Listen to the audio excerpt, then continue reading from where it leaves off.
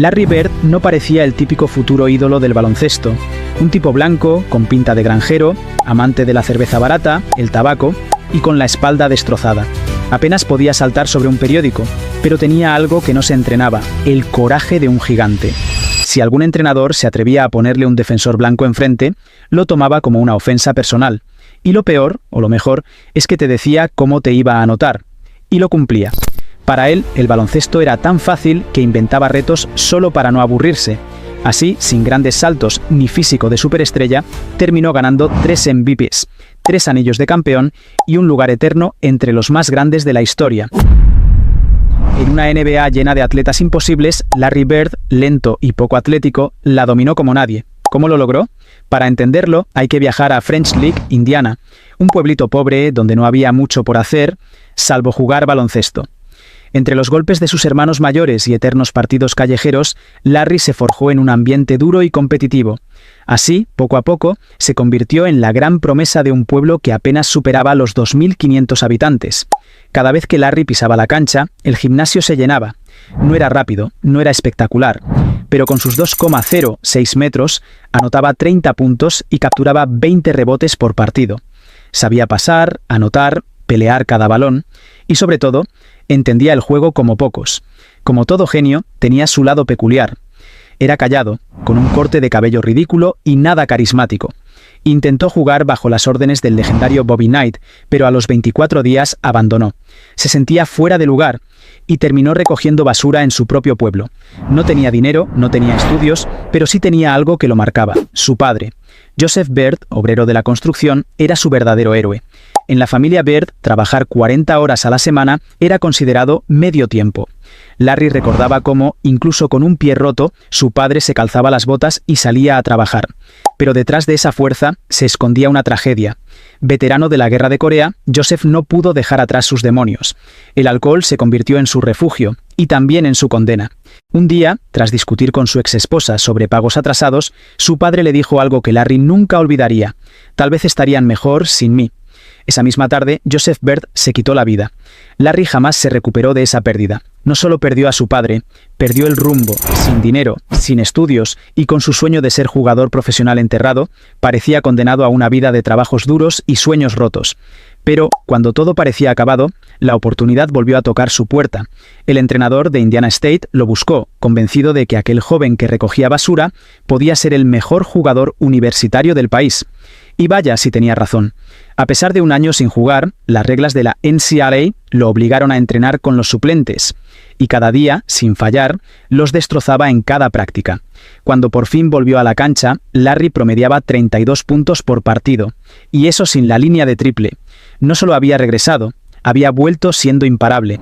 Larry Bird transformó a un equipo mediocre, de 13 victorias y 12 derrotas, en una auténtica potencia de 25 triunfos y solo 3 derrotas.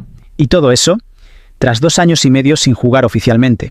Sus números parecían de otro planeta: 54% de efectividad, 13 rebotes, 4.5 asistencias, casi 3 robos y un tapón por partido. Decían que no era rápido ni fuerte, pero nadie usaba cada centímetro de sus 2,06 metros como él. Encontraba espacios donde nadie los veía, creaba distancia con solo un par de movimientos y siempre elegía el momento perfecto para atacar. De recolectar basura pasó a ser el espectáculo más grande del baloncesto universitario. Los estadios, antes vacíos, ahora se desbordaban para verlo jugar. Su rostro aparecía en todas las portadas, los partidos de Indiana State se televisaban a nivel nacional. Pero mientras el mundo enloquecía por él, Larry seguía igual, callado, distante, un completo misterio. A la fama no le prestaba atención. Su único objetivo era ganar. Larry Bird no solo llevó a su equipo al Final Four, lo hizo de forma invicta. De no estar siquiera en los rankings, convirtió a Indiana State en la universidad número 1 del país en apenas 13 semanas. Mientras la NCAA se rendía a sus pies, en la NBA ya sabían perfectamente lo que valía. Por eso, aunque aún no jugaba profesionalmente, los Boston Celtics estaban dispuestos a esperar lo que fuera necesario. Y fue entonces cuando llegó el duelo que cambiaría para siempre la historia del baloncesto. Larry Bird contra Magic Johnson, el mejor jugador universitario del momento frente a la futura gran estrella de la NBA. El mundo se paralizó, y no era solo un partido, era el nacimiento de la mayor rivalidad que este deporte haya conocido. Larry firmó uno de los mejores desempeños individuales de la historia: 28 victorias, solo una derrota, 12 puntos, 15 rebotes y más de 5 asistencias por partido. Pero al frente ya se asomaba su gran rival, Magic Johnson, el único capaz de robarle la gloria y su lugar en la historia. El mundo entero estaba pendiente. El duelo entre Larry Bird y Magic Johnson fue la final universitaria más vista de todos los tiempos. Una auténtica batalla entre dos futuros gigantes de la NBA. Esta vez, la gloria fue para Magic, que lideró a Michigan State al campeonato de 1979.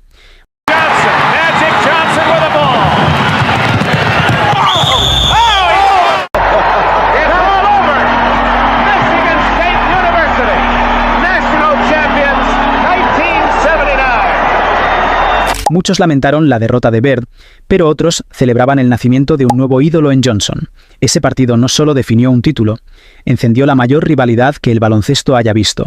Con la NBA en crisis, sin figuras que llenaran estadios ni captaran la atención del público, la liga encontró a sus nuevos salvadores, Larry Bird y Magic Johnson. Bird no tardó en demostrar su valor en la NBA. Pese a las dudas y con algunos compañeros molestos por ese blanco que llegaba a robarse los focos, Larry transformó a unos Celtics desahuciados en una máquina competitiva, logrando la mayor mejora de temporada en la historia de la liga. Y a todos los que pensaban que era lento, débil o simplemente no encajaba, Larry Bird les respondió de la única manera que sabía, metiéndoles canastas en la cara. Al principio muchos pensaron que era solo suerte, una canasta, luego otra y otra más, hasta que los rivales entendieron algo muy claro: no solo podía jugar, podía dominar. En su primera temporada, Larry Bird fue elegido novato del año, superando nada menos que a Magic Johnson. Promedió 21 puntos, 10 rebotes y 4 asistencias, llevando a los Celtics desde el fondo de la liga hasta las finales de conferencia. Todo eso en su año de debut. Con la línea de triple recién implementada, Bird demostró de inmediato que no solo era un gran tirador, era el mejor de la NBA. Veía las jugadas antes que nadie, como si tuviera visión de futuro. Mientras tanto, al otro lado del país, Magic Johnson y sus Lakers también empezaban a escribir su propia historia: Boston y Los Ángeles. Dos equipos destinados a chocar, dando forma a la rivalidad más épica que el baloncesto haya visto. Y aunque ese año los Lakers alzaron el trofeo y Magic fue elegido MVP de las finales, Larry Bird, desde su casa, solo pensaba en una cosa: venganza. Los Celtics, con Larry Bird a la cabeza, tenían talento de sobra. Bird dominaba desde el perímetro, mientras Paris y McHale controlaban la pintura. Pero eran un equipo joven, inexperto, y en las semifinales del Este, Julius Erving y los Sixers les dieron una dura lección, poniéndose 3-1 arriba en la serie. Fue entonces cuando Larry Bird decidió que no iba a morir sin pelear. Con 32 puntos, 11 rebotes y 5 asistencias, se echó al equipo al hombro y forzó un séptimo partido. En una batalla digna de los años 80, de esas en las que hoy los árbitros simplemente colapsarían, Boston logró la remontada imposible. Así, ese chico callado, que no hacía tanto tiempo recogía basura en su pueblo, llevaba a los Celtics de vuelta a las finales de la NBA en solo su segundo año. Y no solo eso, lideró a Boston a conseguir el campeonato, derrotando a los Houston Rockets en 6 partidos. Boston, que apenas 2 años antes era el peor equipo de la liga, volvía a ser campeón, con Larry Bird al mando. Cada vez que Larry lanzaba, si fallaba, ya sabía exactamente dónde iba a caer el rebote. Y estaba ahí para corregirlo él mismo, con la zurda, sin dudar. Boston era campeón. Y Larry Bird, ese tipo con bigote y mullet, se convirtió en la nueva cara del baloncesto. Su imagen estaba en todas partes. En la temporada 1981-82, los Celtics volvieron a ser protagonistas. Bird promedió 23 puntos, 11 rebotes y 6 asistencias, y una vez más quedó segundo en la votación al MVP. Todo apuntaba a que Boston volvería a dominar. Pero el destino tenía otros planes. En unas semifinales épicas, los Sixers cobraron venganza en un brutal duelo de 7 partidos y dejaron a Boston fuera de la final.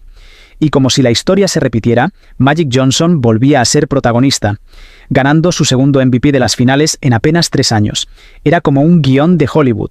2 chicos del Medio Oeste, enfrentados desde la universidad, liderando las 2 franquicias más icónicas de la NBA entre ellos, ganaron los primeros 3 campeonatos de la nueva década y, sin saberlo, le devolvieron la vida a una NBA que, hasta entonces, estaba en crisis.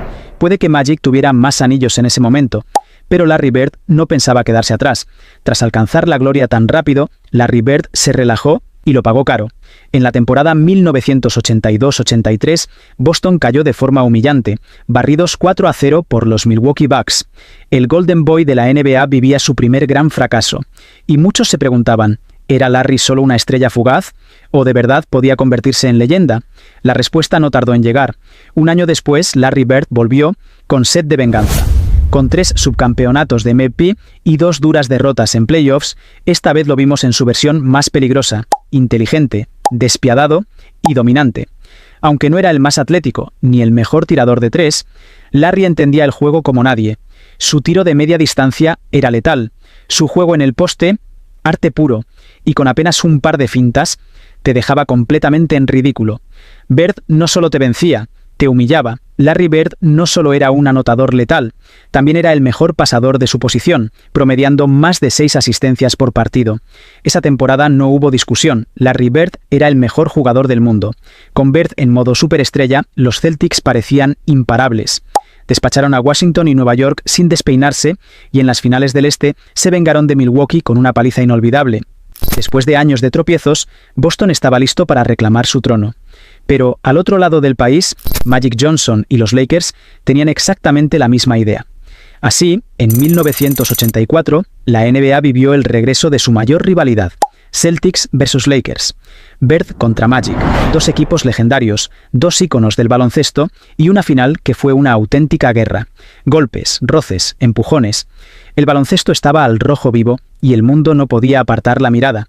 La serie fue un brutal intercambio de golpes deportivos y físicos. Larry Bird explotaba en ataque.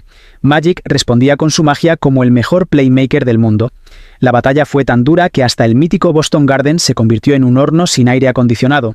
Los jugadores se deshidrataban, el público sudaba, pero nadie, absolutamente nadie, abandonaba su lugar. Todo se decidió en un épico juego, con el título en juego, y la historia del baloncesto en la balanza.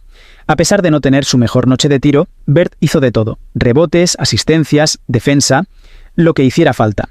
Y con los nervios a flor de piel, sus tiros libres en los últimos segundos sellaron la victoria. El campeonato número 15 de los Celtics. Bird no solo sumaba su segundo anillo y un nuevo MVP, también le negaba a Magic su tercer título, y lo alcanzaba en la carrera por la grandeza. Ese día, mientras la afición invadía la cancha, quedó claro: Larry Bird no solo era el mejor de Boston, era el hombre más grande del baloncesto. Larry Bird estaba en la cima del mundo, y aún así seguía subiendo. Entre cerveza y cerveza en la pretemporada, nunca olvidaba su rutina diaria: 1000 tiros al día. En la siguiente temporada rozó los 29 puntos por partido con una eficiencia brutal, casi 50% en tiros de campo, 40% en triples y 90% en libres. Segundo MVP consecutivo, y nadie, absolutamente nadie, discutía su trono. Y claro, para mantener las cosas interesantes, Larry hacía sus propios desafíos, como aquella vez que, antes de lanzar, le dijo al banquillo de los Mavericks exactamente dónde y cómo iba a anotar, y luego, tras clavar la canasta, les guiñó el ojo. Su fama de mejor trash talker era tan real como sus tiros imposibles. Hasta el mismísimo Michael Jordan, en sus primeros años, tuvo que escucharlo decir: «Esa cancha sigue siendo territorio Bird». Y cuando un joven Horace Grant intentó provocarlo, Larry solo le soltó: «Voy a amagar a la izquierda y te meteré el gancho con la derecha». ¿Hace falta decir lo que pasó después? Incluso Reggie Miller cometió el error de provocarlo antes de un tiro libre. Larry lo miró fijamente y le soltó: «¿De verdad, novato? Soy el mejor tirador de la liga. Entiéndelo bien». Metió el primero, lo miró de nuevo, y clavó el segundo sin pestañear. Para Larry, los MVP ya no significaban tanto. The MVP didn't really, after you win one, to me it really don't mean that much to win another one. The thing that you try to go for is the championships, because once you win an MVP award, it's yourself, you're by yourself. Once you win an NBA championship, the whole city's involved. All your Celtic fans around the country and the whole city, it just... Lo había dejado claro. El MVP es para uno mismo, pero un campeonato es para toda la ciudad, para los fans, para la historia. Y con esa mentalidad, los Celtics arrasaron esa temporada. 63 victorias y dejando claro que en el este no había rival. Pero en las finales, los Lakers de Magic Johnson eran otra historia. Kareem Abdul-Jabbar, pese a su edad, seguía imparable. James Worthy, letal en ataque. Y con Magic repartiendo el juego como solo él sabía, la máquina angelina fue demasiado para Boston. Los Celtics pelearon hasta el sexto juego, pero fue inútil. Y aunque Larry no era de los que mostraba emociones, esa derrota dolió como ninguna otra. Con la presión al máximo, los Celtics apostaron fuerte. Trajeron a un Bill Walton plagado de lesiones, pero esa jugada arriesgada cambió la historia. Walton, junto a Parrish, McHale y un Bird imparable, formaron una de las mejores plantillas de todos los tiempos. La temporada 1985-86 fue simplemente histórica. Boston ganó 67 partidos y Larry Bird consiguió algo reservado solo para los más grandes, su tercer MVP consecutivo. Bird estaba en su máximo esplendor, rozando el mítico club del 50-40-90, y ya era, sin discusión, el mejor tirador que la NBA había visto, y por si alguien dudaba de su arrogancia, llegó aquel legendario partido contra los Blazers. Antes de empezar, Larry avisó: «Hoy solo voy a usar la izquierda, me estoy guardando la derecha para los Lakers». ¿El resultado? 47 puntos usando solo su mano izquierda. Y como no podía ser de otra forma, el tiro de la victoria también con la zurda. Ese año los Celtics arrasaron en los playoffs, barrieron a los Bulls, casi barrieron a los Hawks y eliminaron a los Bucks sin piedad. Boston llegó a las finales perdiendo solo un partido en todo el camino. En las finales, los Houston Rockets parecían el único equipo capaz de frenar a Boston. Con las Torres Gemelas, Hakeem Olajuwon y Ralph Sampson dominaban la pintura. Pero había un problema: no tenían respuesta para Larry Bird. Boston ganó la serie en 6 juegos y Larry levantaba su tercer anillo. Los Celtics, con Bird al mando, eran ya una dinastía absoluta, pero las guerras no habían terminado. Llegaron los brutales duelos contra los Bad Boys de Detroit, series cargadas de golpes, polémicas y momentos que quedaron para siempre. Fue ahí donde Bird protagonizó uno de los robos más icónicos de la historia, ese pase robado y asistencia que está en todos los resúmenes de la NBA. A pesar de las batallas y del desgaste, Bird no bajaba el ritmo.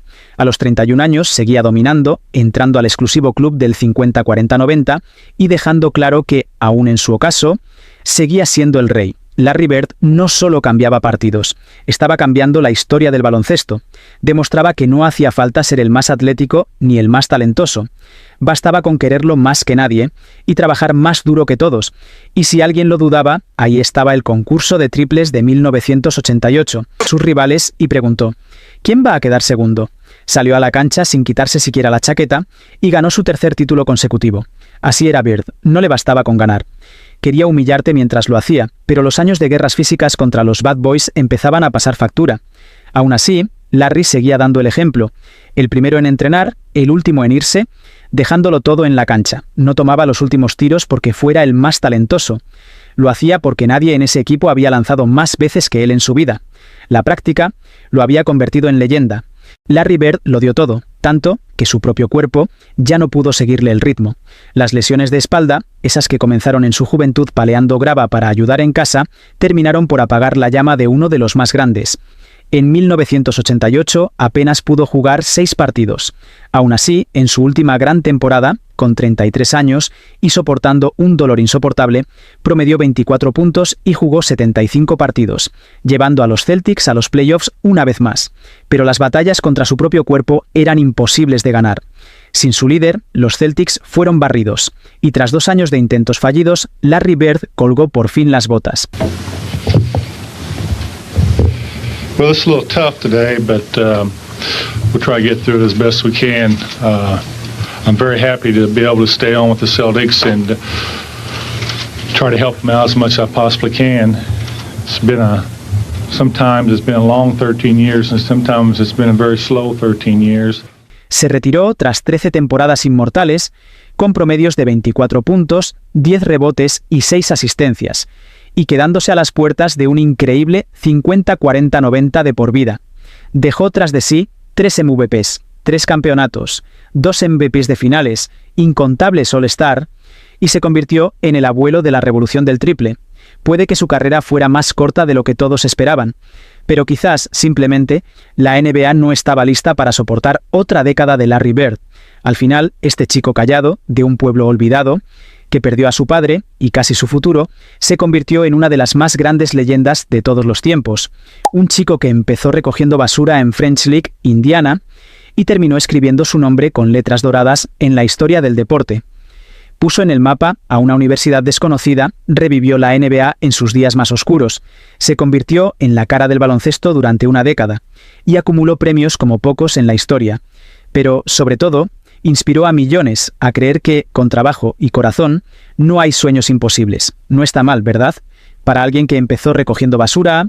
Si te gustó esta historia, no olvides revisar el último video donde exploramos a un jugador que, bueno, digamos que no tuvo tanta suerte. Gracias por llegar hasta aquí. Nos vemos en la próxima. James Worthy, miembro del Salón de la Fama de la NBA y rival directo de ambos, lo dijo sin rodeos. Preferiría enfrentarme 1000 veces a Michael Jordan antes que a Larry Bird. A thought ahead. Play the game like a chess game. I'd much rather guard Michael Jordan than Larry Bird because you have to play the game as a thinker when you're playing him. You have to get inside his mind.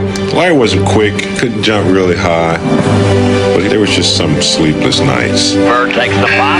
Y no lo decía como un cumplido casual, lo decía con el peso de la experiencia, con la voz de alguien que había estado ahí, que había sentido en carne propia lo que era tratar de detener a los mejores del mundo. Jordan te hacía ver lento, pero Bird te hacía parecer tonto. Y en una liga donde el respeto se gana con sudor y sangre, eso era aún más duro de aceptar. No estoy aquí para decirte que Larry Bird fue mejor que Michael Jordan. No necesito convencerte de nada. No hace falta exagerar ni dramatizar. Solo voy a mostrarte hechos, situaciones concretas, momentos que quedaron grabados en la historia. Y no me vas a escuchar solo a mí. Dejaré que hablen quienes compartieron la cancha con ellos, los que los enfrentaron, los que intentaron frenarlos, los que vivieron esa intensidad de primera mano. Cuando los veteranos de la liga recuerdan al jugador más difícil que defendieron, hay nombres que se repiten como un eco inevitable. Michael Jordan, George Gervin, el gran Mike Mitchell, nombres de leyendas. Pero hay uno que muchos ponen por encima de todos. Uno que aún sin las zapatillas voladoras o los highlights de concurso dejaba huella. Larry Bird. La razón es simple. Michael cuando soltaba el balón solía quedarse al margen. Una pausa, un respiro. Pero Bird se volvía aún más peligroso. Si no tenía el balón, lo buscaba. Si lo soltaba, era porque ya estaba preparando la siguiente jugada. Nunca se detenía. Siempre estaba en movimiento, siempre pensando, siempre leyendo el juego como si lo hubiera escrito él mismo. Era como jugar contra un ajedrecista con visión de rayos X. No importaba los 24 segundos del reloj. Con Bird tenías que estar alerta todo el tiempo. Cada corte, cada finta, cada pase sin mirar tenía una intención. Y muchas veces esa intención era dejarte expuesto. No necesitaba romperte con velocidad, te rompía con inteligencia. Y aún sin anotar, podía destruirte. Lo vi una noche en Phoenix. Los Celtics iban perdiendo por paliza. El partido parecía sentenciado. Pero entonces, sin necesidad de tomar un solo tiro en el tercer cuarto, Larry tomó las riendas del partido de otra manera. Repartió 7 asistencias en solo 12 minutos. Cambió la energía del equipo, el ritmo, la dinámica. Dominó el cuarto sin siquiera lanzar el aro. ¿Cuántos pueden decir eso? ¿Cuántos pueden torcer el destino de un partido sin anotar ni un punto? Para el ojo inexperto, Jordan parecía años luz por delante, por sus puntos, por sus vuelos, por el espectáculo. Pero en realidad, Bird estaba más cerca de lo que muchos quieren admitir. Porque él no necesitaba lucirse para controlar el juego, no le hacía falta una volcada para marcar el ritmo, no buscaba brillar, solo buscaba ganar. Y lo hacía porque entendía el juego mejor que nadie. Como si el baloncesto fuera una sinfonía y él su director invisible. Eso, Michael jamás pudo hacerlo, nunca. Por más talento que tuviera, por más espectacular que fuera en el aire, nunca pudo controlar un partido sin tocar el balón. Nunca fue ese tipo de jugador. Jordan necesitaba el balón en sus manos para dominar, para atacar, para ser él mismo. Pero Bird no. Bird podía dirigir, impactar y redefinir un partido desde cualquier rincón de la cancha, con un pase, con un corte, con una mirada. Y aún así, en una liga plagada de leyendas, Magic Johnson con su magia en la transición, Kareem Abdul-Jabbar con su icónico skyhook, Charles Barkley con su fuerza brutal, Isaiah Thomas con su tenacidad, Hakeem Olajuwon con su elegancia bajo el aro, Moses Malone dominando los tableros, el mismísimo Julius Erving volando sobre la defensa. Entre todos ellos había un consenso en 1986, un susurro que en realidad era un grito claro para quienes prestaban atención. Larry Bird era el mejor. ¿Exageración? No si entendemos el contexto, no si recordamos lo que hizo temporada tras temporada, porque no fue suerte, no fue una racha, fue dominio, constancia, inteligencia, frialdad. Bird ganó el MVP 3 años consecutivos, 1984, 1985 y 1986. Nadie en esa época lo igualaba, nadie. Era el jugador más completo, más cerebral, más letal. Su nombre era sinónimo de baloncesto total. Y fue precisamente en los playoffs del 86 cuando se dio por fin el duelo directo entre Bird y Jordan, la batalla que todos querían ver. El choque generacional, el líder absoluto contra el nuevo fenómeno. Era la historia escribiéndose en tiempo real. En el primer partido, Michael Jordan hizo lo que mejor sabía. Anotó 49 puntos, un espectáculo ofensivo, un recital individual, crossover, fadeaways, penetraciones imposibles. El joven Jordan estaba imparable. Pero el baloncesto no es solo brillo individual. Bird, sin necesidad de llamar la atención en cada jugada, armó una actuación completa. Una obra maestra de control, 30 puntos, 8 asistencias, 6 rebotes y 3 robos. Victoria para los Celtics. Y eso es importante porque mientras uno deslumbraba, el otro ganaba. Para el segundo encuentro, Jordan lo intentó todo, literalmente todo. Dijo ante la prensa: no creo que un solo hombre pueda vencer a los Celtics, pero salió a la cancha decidido a demostrar lo contrario, y por momentos lo logró. Era una fuerza de la naturaleza. Era como si se negara a perder. Esa noche Michael activó el modo Dios y escribió historia. Anotó 63 puntos, la mayor cantidad en un partido de playoffs en toda la historia de la NBA. Cada posesión era una amenaza, cada tiro una daga. Lo intentamos todo, diría después Bird. Lo marcamos con Dennis Johnson, con Danny Ainge, yo mismo, incluso Bill Walton. Lo doblamos, lo forzamos, lo empujamos al límite. Pero cuando tenía el tiro de media distancia funcionando, no había forma de detenerlo, no había respuesta. Y aún así, la victoria volvió a ser para Larry Bird, otra vez. Y eso lo cambia todo. Porque en los libros los récords individuales ocupan titulares, pero en la historia real del juego lo que queda es quién ganó, quién supo liderar, quién hizo mejor a su equipo. Y en ese duelo, en el escenario más grande, Bird fue el que salió con la sonrisa final.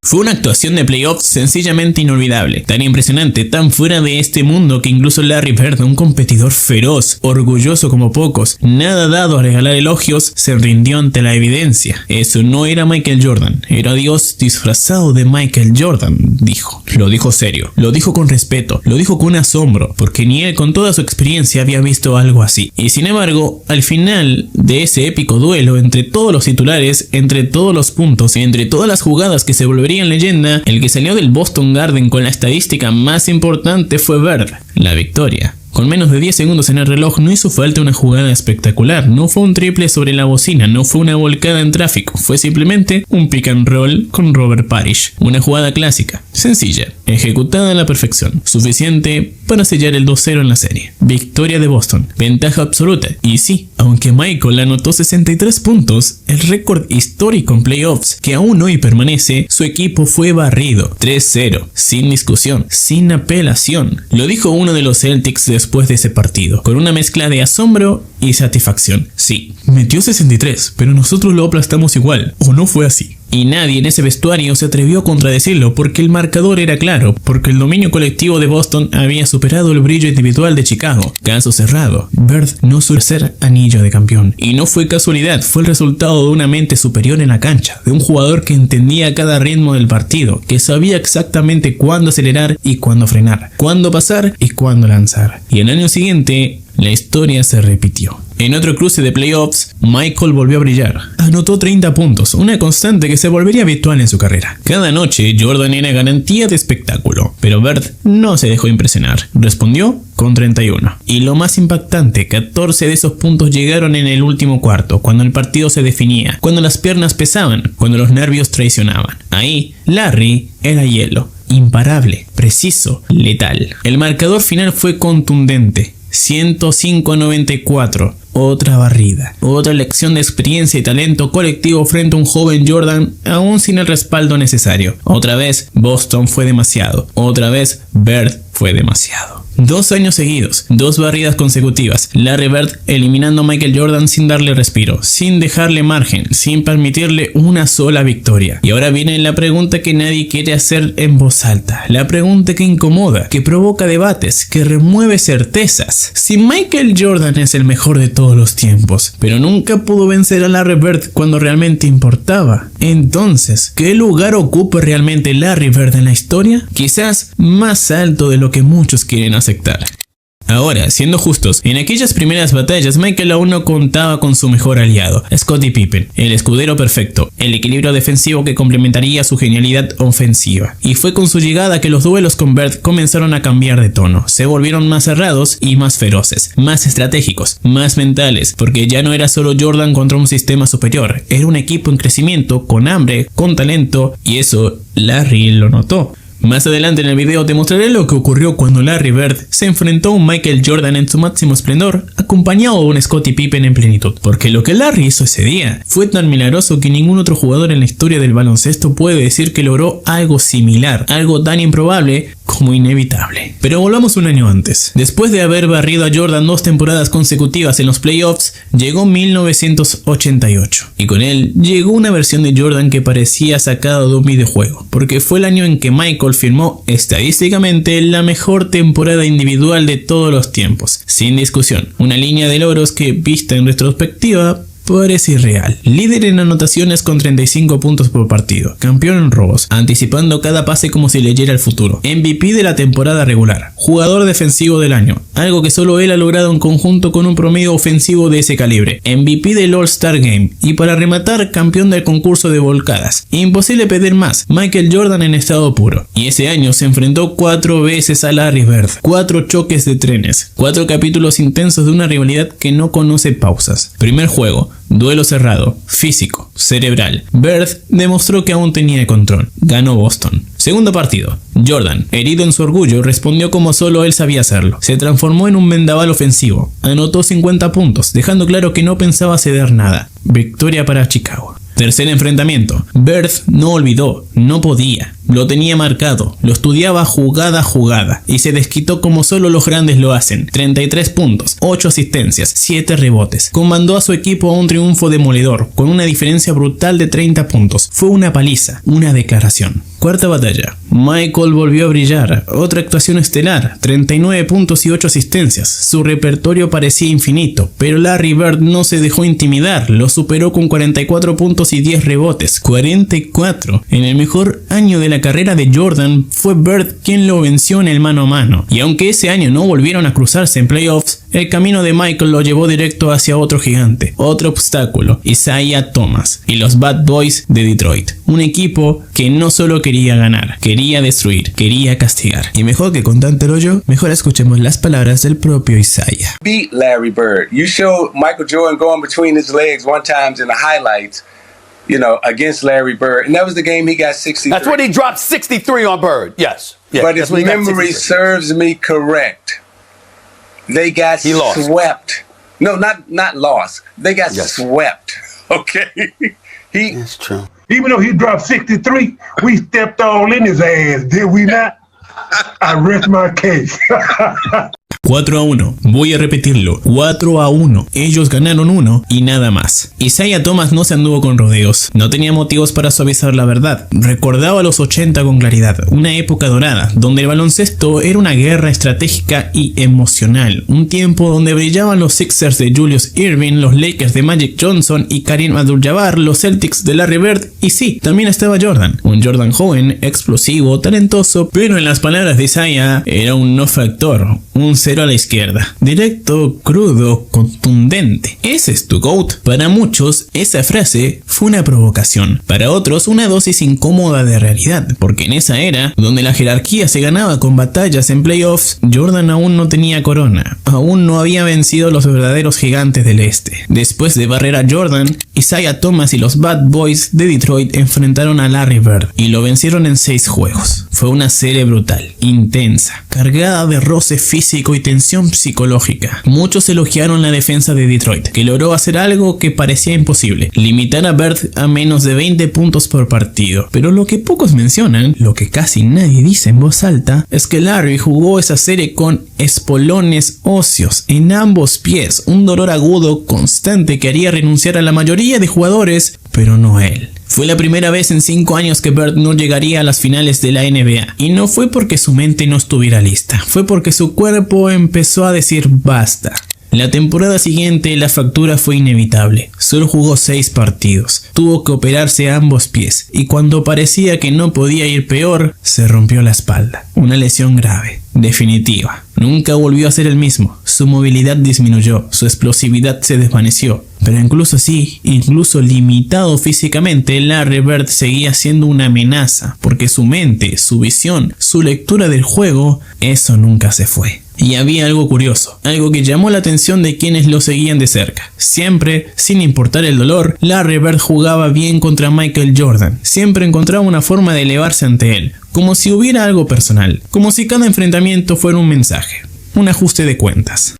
Y quizá lo había. Volvamos a 1984, a un momento que, aunque parezca anecdótico, quedó grabado en la memoria de ambos. Era antes de los Juegos Olímpicos de Los Ángeles. Un joven Michael Jordan lideraba un grupo de universitarios en un partido de práctica contra una selección de estrellas de la NBA. Era solo una exhibición, pero para Jordan era mucho más. Era una oportunidad de demostrar que pertenecía a ese mundo, que estaba listo. Durante el calentamiento, mientras perseguía un balón suelto, Michael se acercó al otro lado de la cancha. Larry Bird lo tomó primero y en vez de devolvérselo con naturalidad, lo pateó por encima de su cabeza hacia el extremo opuesto del estadio, como si dijera: tú no estás a mi nivel todavía. Una falta de respeto, un desafío directo, un gesto cargado de intención. Y si conoces a Michael Jordan, sabes lo que eso significa. No lo olvidó, no lo perdonó y sobre todo, se lo tomó personal. ¿Así vas a jugar? ¿Así me vas a tratar? Perfecto, eso era todo lo que necesitaba. Esa fue su respuesta silenciosa, esa mirada de fuego que conocemos tan bien, esa chispa que transformaba cualquier ofensa en combustible puro. Ese día, un joven Jordan, aún sin la fama ni los anillos, lideró un equipo de universitarios contra una escuadra repleta de estrellas de la NBA, con Larry Bird a la cabeza. Era un simple partido de exhibición, pero para Michael no había tal cosa como simple. Para él, todo era una oportunidad de demostrar, y vaya si lo hizo. Ganó, dominó, demostró que estaba listo para la élite, que no le importaban los nombres, ni los loros, ni los anillos. Solo quería competir, solo quería vencer. Michael ganó esa batalla, pero Larry ganó la guerra. Porque desde ese momento, desde aquella noche que pudo haber sido el inicio de un traspaso de poder, Jordan nunca logró superar a Bird cuando realmente importaba. Nunca lo doblegó en los escenarios grandes. Nunca pudo enviar a casa a Larry Bird en una serie de playoffs. Nunca fue él quien apagó la leyenda. Y eso, para alguien como Jordan, dolía.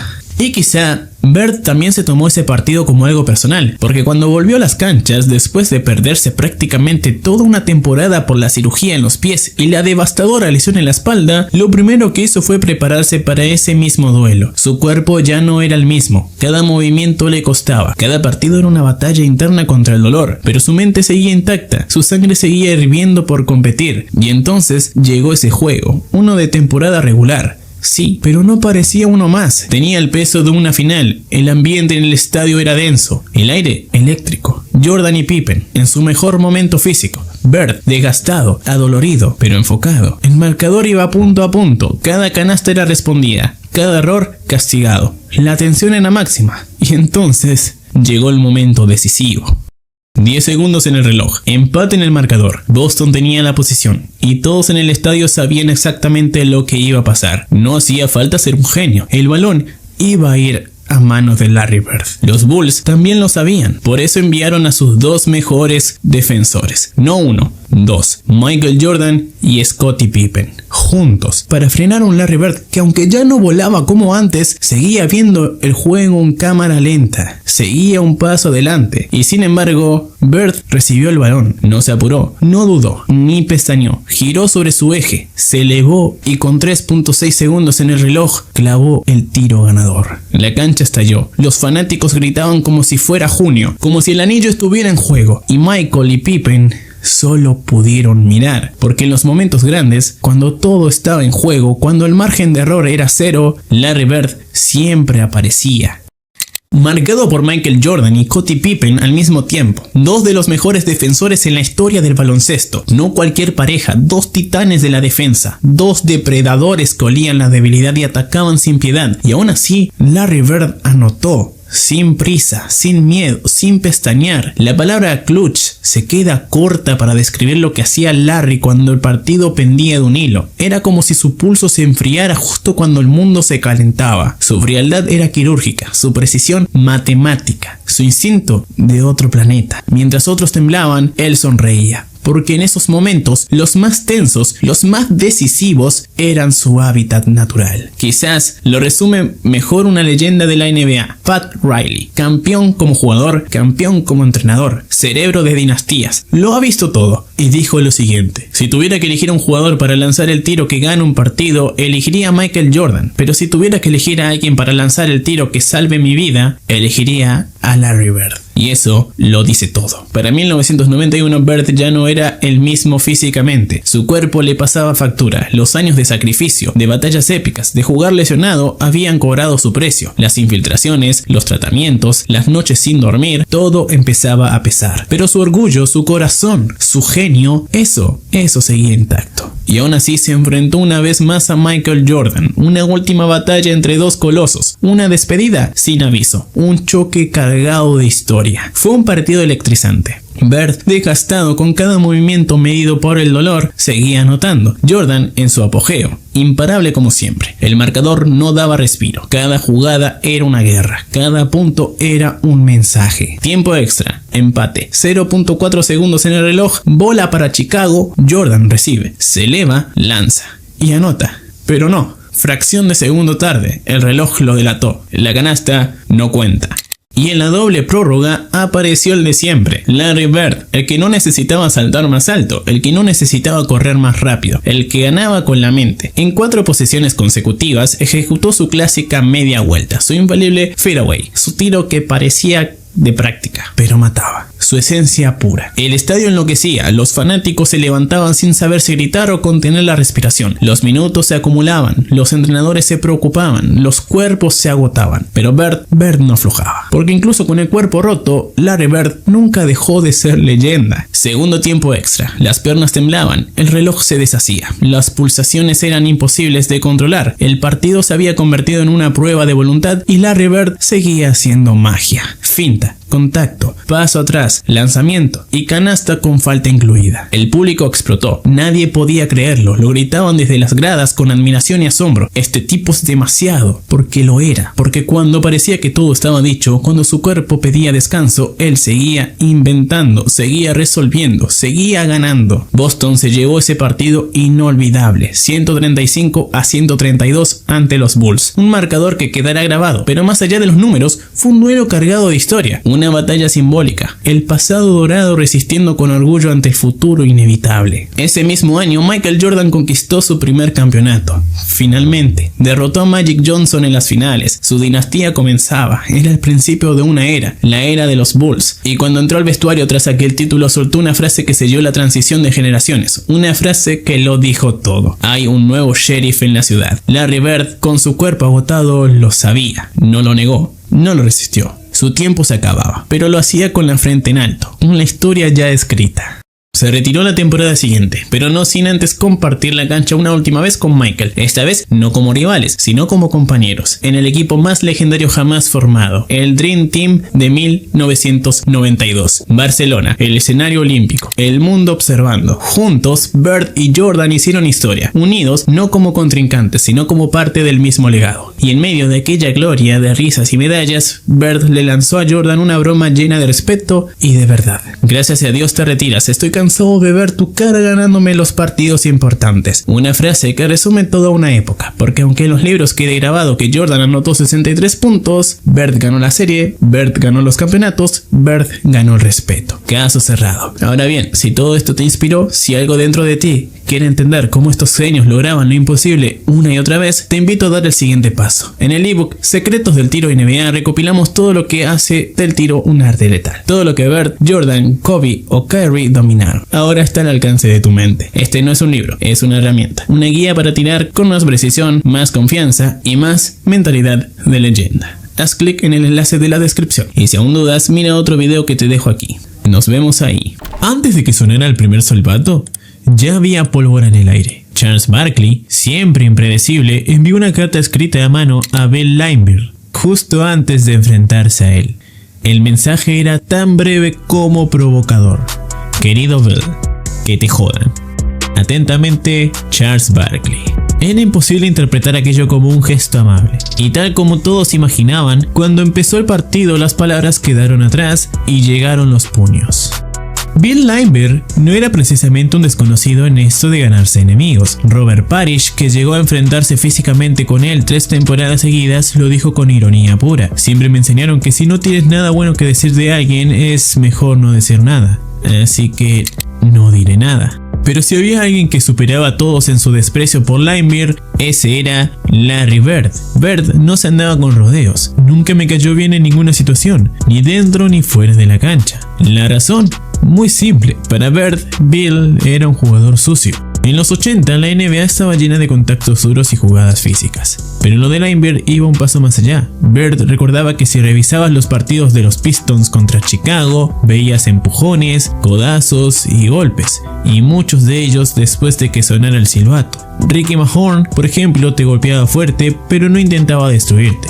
Sabías que venía el contacto y te preparabas. Linebeard, en cambio, buscaba hacer daño. En una jugada clásica de esa época, después de caminar con el balón y cometer falta, Linebeard mandó a Bird al suelo de un golpe. La reacción fue inmediata. Los Celtics estaban furiosos. Bird recibió un golpe en la mandíbula y, como era lógico, no estaba nada contento. Y ahí no terminaba la cosa. Linebeard tenía la costumbre de deslizar el pie debajo del rival cuando este caía de un salto, con la clara intención de que se torciera el tobillo. Robert Parrish se lesionó más de una vez por esa trampa sucia. Bird recordaba una vez que él mismo sufrió una maniobra, lanzó un tiro, cayó sobre el pie de Linebeard y se torció el tobillo. Pero más adelante, cuando Bill intentó su propio lanzamiento, Bird se la devolvió. Deslizó su pie justo donde Linebeard iba a caer. Aquello fue suficiente para que Bill nunca más volviera a intentarlo con él.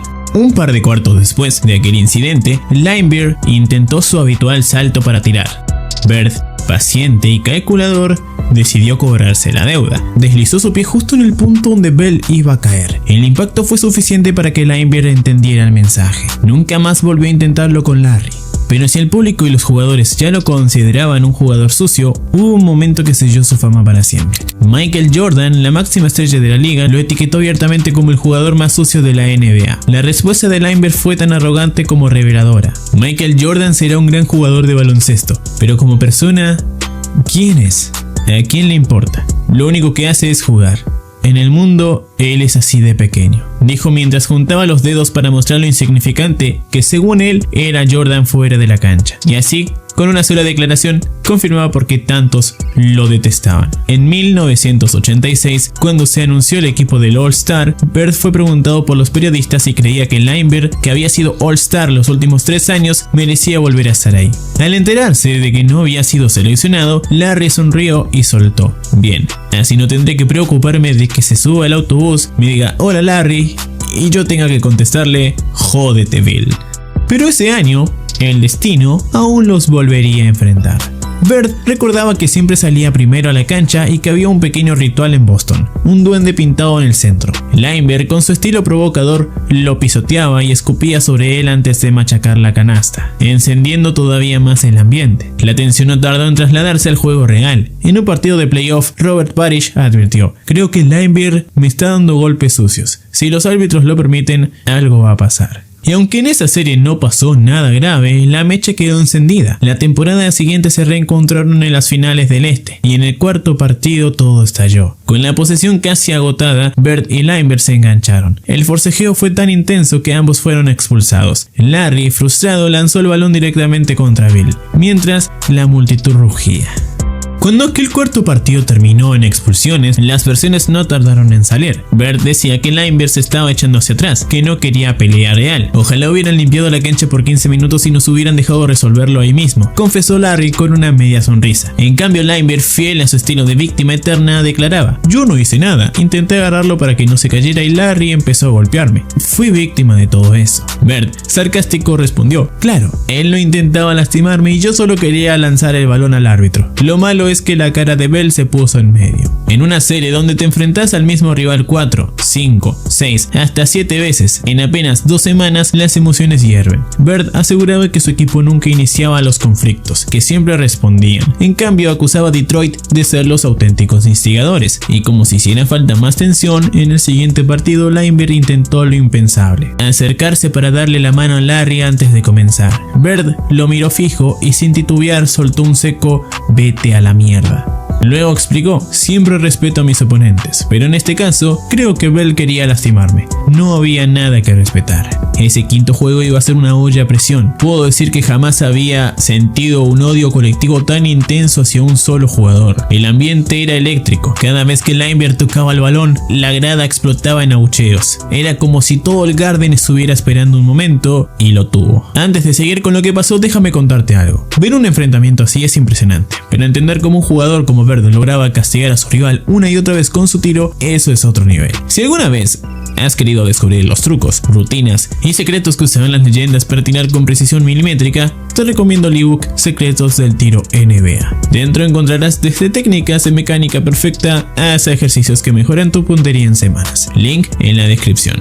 Volviendo al partido, en el segundo cuarto Robert Parish hizo lo que todos esperaban. Se cansó de las provocaciones, soltó un potente antebrazo y derribó a Laimbeer al suelo. El público enloqueció. Era como si Boston entero hubiera exhalado un suspiro de alivio. Los comentaristas lo dijeron claro, era cuestión de tiempo hasta que alguien hiciera esto. Y sí, Laimbeer lo tenía merecido, aunque en la repetición parecía que apenas había pasado nada. Lo que las cámaras no captaron fue lo ocurrido 2 jugadas antes, un codazo certero de Bell al cuello de Parish, justo en la nuez. Ese golpe encendió la mecha. Parish simplemente reaccionó. Lo que las cámaras de televisión no mostraron fue el verdadero origen de todo. Antes de que Parish soltara ese golpe, Laimbeer le había metido un codazo seco en el cuello, justo en la nuez. Un golpe de esos que cortan la respiración por un instante. Parish no hizo más que reaccionar, pero en realidad fue la acumulación de años de provocaciones lo que explotó ahí. Y es que Bill tenía esa habilidad de poner cara de inocente, levantar las manos y mirar a los árbitros como diciendo: ¿yo? ¿En serio? Cuando todos sabían que era capaz de un codazo furtivo, un empujón traicionero o incluso un golpe de traición si pensaba que podía salirse con la suya. Como dijo un comentarista, no le podía pasar un tipo más merecedor. Parish mismo admitió que no era de los que perdían la cabeza fácilmente. Había intercambiado empujones y codazos antes, pero aquella vez simplemente llegó al límite. Era la primera vez en su carrera que perdía la compostura así, y no se lo creía ni él. Aquel momento definió la NBA de los años 80. 2 gigantes lanzándose golpes, sin expulsiones, sin técnicas y lo más increíble, sin que los árbitros siquiera marcaran falta. El partido siguió como si nada. Bird, con su ironía habitual, lo resumió diciendo que había sido una buena obra. Pero a veces, como decía Frank Sinatra, la mejor venganza es el éxito rotundo. Y esa noche Larry Bird estaba a punto de firmar la jugada más legendaria de toda su carrera. Ambos equipos sabían que el quinto partido era la llave de la serie. El que ganara probablemente avanzaría. El entrenador Casey Jones exprimió al máximo a sus titulares, que ya jugaban con el cuerpo al límite. Las lesiones acumuladas eran evidentes: tobillos vendados, rodillas hinchadas, músculos exhaustos. En ese contexto, Bird, con un corte limpio desde la esquina, anotó un tiro de 2 puntos que acercó a Boston en el marcador. Restaba poco más de un minuto y Detroit ganaba por 3. Larry ya sumaba 36 puntos en su cuenta personal. Los Celtics venían de 3 finales consecutivas, del 84 al 86, y ahora en el 87 todo dependía de puro orgullo y resistencia. El cansancio se notaba, pero en el Garden nadie pensaba rendirse. Larry estaba jugando únicamente con corazón. Ya había salido del partido por una torcedura de tobillo que en la mayoría de los casos hubiera dejado a cualquier jugador en el vestuario, pero él volvió. Ahora, para colmo, se lo había torcido de nuevo y seguía ahí, cojeando, pero decidido a no ceder ni un centímetro. Boston tenía un momento que podía definir la serie, pero lo que ocurrió primero fue un golpe devastador. Quedaban 27 segundos y los Celtics ganaban por 1 punto. Bird estaba defendiendo a Isaiah Thomas en la parte alta de la cancha. Larry sintió que había hecho un buen trabajo. Lo mantuvo fuera de la pintura. Lo forzó un tiro difícil, con su mano en la cara. Sin embargo, Isaiah, con la sangre fría que lo caracterizaba, elevó el balón y lo envió directo al aro. La pelota entró limpia. Detroit recuperaba la ventaja. Tiempo muerto. La tensión era insoportable. Todos en el estadio sabían lo que venía. La pelota iba a ir a Bird.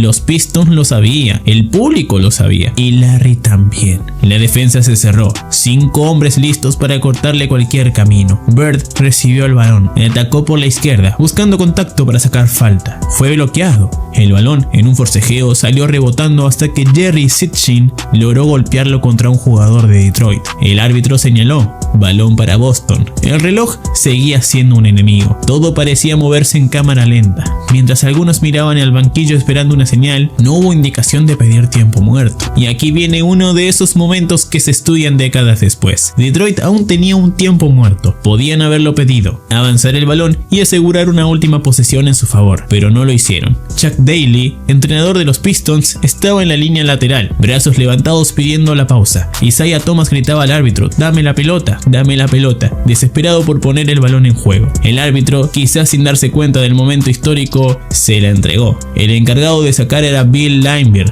un buen tirador de tiros libres, pero no precisamente un especialista en reposiciones.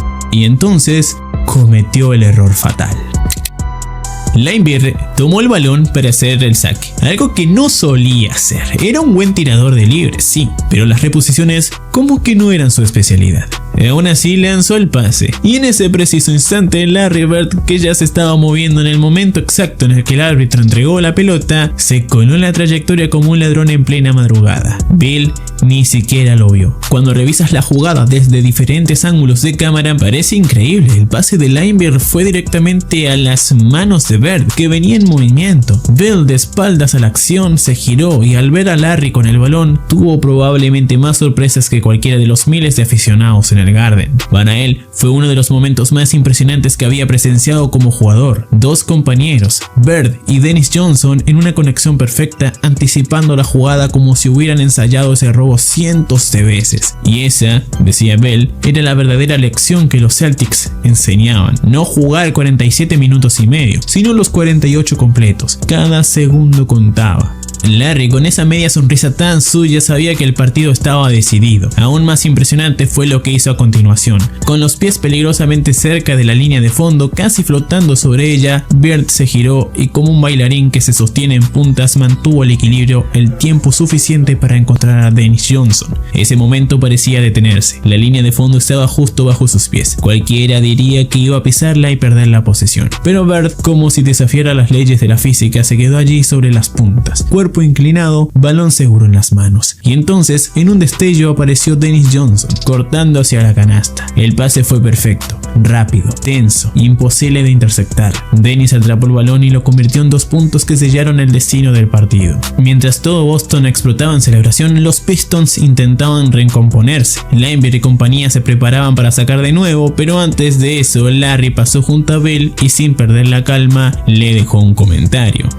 Le soltó una frase que solo él podía decir, con ese tono de burla fría que tanto irritaba a sus rivales. Buen pase, Bell. Era una daga disfrazada de cortesía, un recordatorio de que su error había costado el partido. Boston ganó aquella serie en 7 partidos. Era el triunfo que tanto habían buscado. Y mientras el público celebraba, Bill Laimbeer intentó un último gesto: acercarse a Larry Bird para darle la mano. Larry ni siquiera lo dudó, pasó de largo, sin mirarlo, y siguió caminando. Años después explicaría con la misma franqueza que siempre lo caracterizó: no me gusta Bill Laimbeer, ¿por qué debería estrecharle la mano? Y no era el único que pensaba así. Isaiah Thomas, su compañero durante 11 años en los Bad Boys de Detroit, lo admitió sin rodeos: si no conociera a Bill, probablemente tampoco me gustaría. En 1993, cuando los Celtics retiraron la camiseta de Larry Bird, la animosidad seguía intacta. Durante la ceremonia, alguien comentó que sería una noche perfecta, salvo por un detalle: Bill Laimbeer no estaba allí. ¿Y qué le diría si viniera?, preguntaron. Larry, sin perder el humor ácido, respondió: probablemente lo colgaríamos junto a mi número. Y es que en aquellos tiempos el odio no era parte del espectáculo, no era marketing. Cuando dos jugadores se detestaban, lo sentían de verdad. Esa enemistad no se apagaba con el retiro, se convertía en algo personal para toda la vida. Bird lo resumió así: odio a Larry Bird, pero respeto profundamente a ese hombre, decía Bill. Y Larry, por su parte, admitía respetar el talento de Isaiah Thomas, aunque no soportara el equipo que lideraba. Pero Laimbeer jugaba en otra liga del rencor. No respetaba a nadie, ni siquiera a sus propios compañeros. La prueba fue su último entrenamiento con los Pistons antes de retirarse. En una jugada sin importancia, clavó un codazo en las costillas de Isaiah Thomas, rompiéndole una. Cuando Isaiah, furioso, se encaró con él, Laimbeer respondió con otro codazo. Esta vez Isaiah no lo dejó escapar, le lanzó un puñetazo a la cabeza. El impacto fue tan fuerte que Thomas se fracturó la mano, quedando fuera del juego por 8 semanas. Una escena que resumía perfectamente quién era Bill Laimbeer y por qué tantos lo detestaban. Él mismo dijo alguna vez: yo no peleo, yo provoco y luego me alejo. El problema es que de vez en cuando alguien no lo dejaba alejarse. Con el paso de los años, aquella rivalidad dejó de ser simplemente una serie de enfrentamientos y se convirtió en una parte insuperable de la historia de la NBA. Bird y Leinberg no solo representaban a dos equipos, eran dos filosofías opuestas. Larry, con su talento puro, su ética de trabajo y su capacidad para decidir partidos en el momento más crítico. Bill, con su dureza, su juego al límite y muchas veces más allá, dispuesto a hacer lo que fuera para ganar, incluso si eso significaba ganarse enemigos para toda la vida. Para los aficionados de Boston, cada vez que Leinberg entraba al Garden, el ambiente cambiaba. Era como si todos recordaran de golpe cada codazo, cada empujón, cada provocación. No importaban los años que hubieran pasado, el odio era instantáneo, casi automático. Pero irónicamente, ese odio terminó siendo combustible para el baloncesto. Sin Leinberg, quizás Bird no habría tenido tantas noches de gloria forjada en la fricción. Sin Bird, tal vez Leinberg no habría disfrutado tanto el papel de villano. El uno necesitaba al otro para escribir una parte de su leyenda. En cierto modo, aquellos duelos definieron una época en la que el baloncesto no era solo habilidad técnica o estadísticas, era orgullo, carácter y a veces pura venganza. Una época en la que las rivalidades eran de carne y hueso y no simples intercambios de palabras por redes sociales. Bill Leinberg no era rápido, no saltaba alto, no tenía la agilidad de un alero ni la elegancia de un base, pero sí tenía algo que muy pocos podían igualar, una mentalidad implacable. No jugaba para gustar, no jugaba para ganarse aplausos, jugaba para ganar y para destrozarte en el proceso. Su forma de estar en la cancha era un rompecabezas para sus rivales. Por un lado parecía lento, predecible e incluso torpe. Por el otro aparecía en el lugar exacto para tomar un rebote, para colocar un bloqueo que te dejaba sin aire o para sacarte de tus casillas con un empujón accidental. Para Leinberg, el baloncesto no era solo un deporte, era un juego mental. Sabía que un rival enfadado cometía errores. Sabía que un jugador que entraba en el duelo personal olvidaba la táctica y la disciplina. Y ahí es donde él capitalizaba. Codazos, bloqueos ilegales, pisotones disimulados eran sus herramientas de guerra. Y si a alguien se le reprochaba, levantaba las manos y sonreía como si no entendiera nada. No le importaba ser abucheado, de hecho, lo disfrutaba. En más de una entrevista admitió que los abucheos del público eran su combustible. Cuanto más lo odiaban, más energía sentía en la cancha. Esa misma actitud fue la que lo hizo encajar a la perfección en los Bad Boys de Detroit, un equipo que abrazó la idea de ser los villanos de la NBA y la llevó hasta las últimas consecuencias. Pero incluso entre villanos, Leinberg destacaba, no solo porque provocaba a los rivales, sino porque lo hacía con sus propios compañeros, algo que muy pocos atrevían. En el baloncesto moderno, donde los roces suelen terminar en faltas flagrantes, expulsiones y sanciones, mirar hacia atrás, hacia la rivalidad entre Larry Bird y Bill Leinberg es como abrir una ventana a otro mundo. Un mundo donde las batallas eran físicas, sí, pero también mentales, donde los duelos no terminaban con la bocina final, sino que se prolongaban en miradas, declaraciones y memorias que duraban décadas. Bird y Leinberg nunca intentaron disimular su desprecio mutuo, no se dieron abrazos para la foto, no intercambiaron camisetas, no hicieron colaboraciones. Lo suyo fue crudo, auténtico, sin filtros. Cuando se veían era para competir o para golpearse. Y sin embargo, en esa tensión extrema, en ese odio deportivo tan visceral, había algo que engrandecía el juego. Porque cada vez que Bird se enfrentaba a Leinberg sabía que iba a recibir golpes, empujones, codazos. Y cada vez que Leinberg veía a Bird sabía que iba a tener que lidiar con una de las mentes más frías y calculadoras de la historia del deporte. Alguien capaz de castigarte no con un puñetazo, sino con un triple en el momento más doloroso. Esas series entre Boston y Detroit no eran solo partidos de baloncesto, eran guerras de desgaste. Los entrenadores planificaban estrategias, sí, pero en la cancha había una segunda batalla, la de la resistencia mental. Si no soportabas la presión, si caías en la trampa de Leinberg o te dejabas llevar por la rabia, estabas perdido. Si no podías encontrar la manera de superar la dureza de los Celtics y la genialidad de Bird, te ibas a casa.